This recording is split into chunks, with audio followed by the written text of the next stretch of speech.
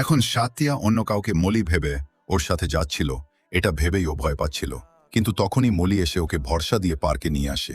তবে সেখানে তাদের পিছু করে অর্কিও চলে আসে। এটা দেখে মলি ওর কাছে গিয়ে বলে, তুই আমাদের পিছু করছিস কেন বে? কিন্তু এটা শুনতেই অর্কি ওকে মারতে শুরু করে। তখন পুলিশ এসে তাদের দুজনকে আলাদা করে।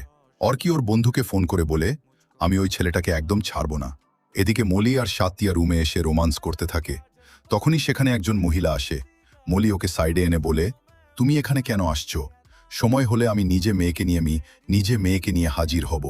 আসলে মলি এমনি গ্রামের ভোলাফালা মেয়েদের ওর প্রেমে ফাঁসিয়ে শহরে এনে এই মহিলার কাছে বিক্রি করে দিত। তবে দরজার পাশ থেকে দাঁড়িয়ে সাতিয়া সবকিছু শুনে নিয়েছিল।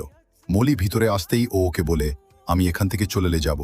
বাট এটা শুনতেই মলির ব্যবহার একদম চেঞ্জ হয়ে যায়, আর ও সাতিয়ার সাথে জোড়াজোড়ি শুরু করে দেয়।